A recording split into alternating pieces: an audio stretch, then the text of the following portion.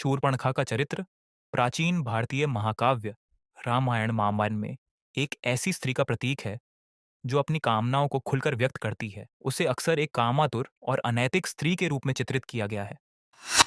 आधुनिक समाज में भी कई बार ऐसी स्त्रियों को नकारात्मक दृष्टिकोण से देखा जाता है। शूर्पणखा जैसी और आधुनिक कामातुर स्त्रियों के नकारात्मक पहलुओं में कुछ समानताएं। शूर्पणखा की तरह जो रावण के परिवार से होते हुए भी राम के प्रति आकर्षित हो जाती है।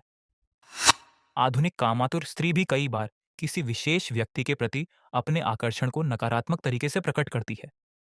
ऐसी इच्छाओं में हठधर्मिता होती है, जिससे समाज में कई प्रकार के गलत परिणाम उत्पन्न होते हैं। शूर्पणखा ने राम और लक्ष्मण के प्रति अपने आकर्षण में सीमाओं का उल्लंघन किया, और जब उसे अस्वीकार किया गया तो उसने सीता को नुकसान पहुंचाने का प्रयास किया। इसी तरह आधुनिक युग में भी जब कामातुर स्त्रियां व्यक्तिगत सीमाओं का अतिक्रमण करती हैं, तो वे अपने और अन्य व्यक्तियों के लिए समस्या खड़ी कर सकती हैं। शूर्पणखा ने अपनी इच्छाओं के पीछे परिवार और रिश्तों के परिणामों की अनदेखी की। इसी प्रकार आधुनिक कामातुर स्त्रियां भी अपने व्यक्तिगत आनंद के पीछे भविष्य के दुष्परिणामों पर ध्यान नहीं देती, जो कई बार परिवार और समाज में विघटन का कारण बन सकता है। शूर्पणखा को अपनी इच्छाओं के कारण मान सम्मान खोना पड़ा और उसका नकारात्मक रूप समाज में स्थापित हो गया। आधुनिक समाज में भी ऐसी स्त्रियां, जिन्हें अपने व्यक्तिगत हितों में लिप्त माना जाता है, समाज द्वारा गलत दृष्टि से देखी जाती है, जिससे उनके मान सम्मान में कमी होती है।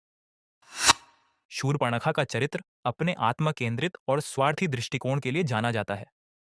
आधुनिक कामातुर स्त्री को भी अक्सर आत्म केंद्रित और स्वार्थी कहा जा सकता है, क्योंकि अपने इच्छाओं की पूर्ति के लिए वे दूसरों की भावनाओं और हितों की परवाह नहीं करती।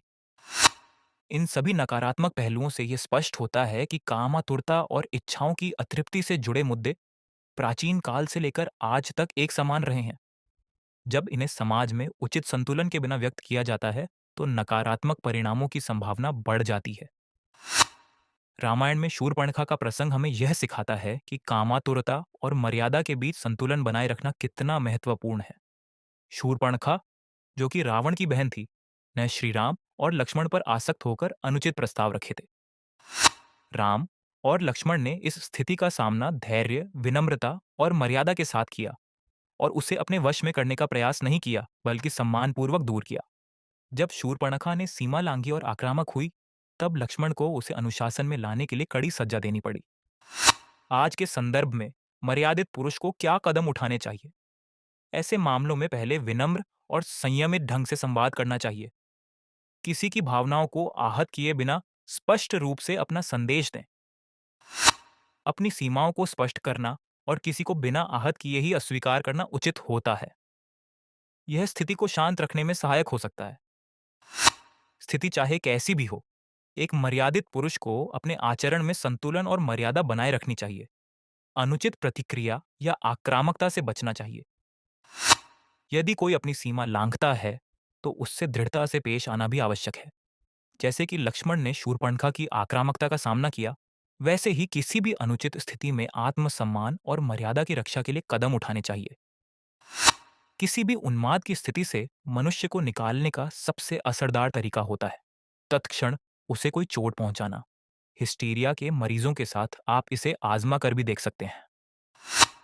लड्ढई गड्ढों के अनुभवी लोग ये बखूबी जानते होंगे कि नाक पर चोट लगते ही व्यक्ति अपनी सुध गवा देता है।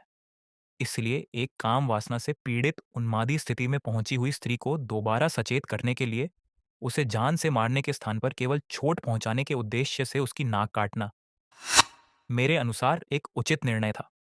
यह दृष्टिकोण वाल्मीकि रामायण और अन्य रामायण में वर्णित है, जिसमें भगवान राम और लक्ष्मण ने शूर्पणखा को केवल चेतावनी देने के उद्देश्य से उसकी नाक काटी थी। शूर्पणखा की इच्छा राक्षसी प्रवृत्ति से प्रेरित थी, और उसने जबरदस्ती राम से विवाह की कामना व्यक्त की।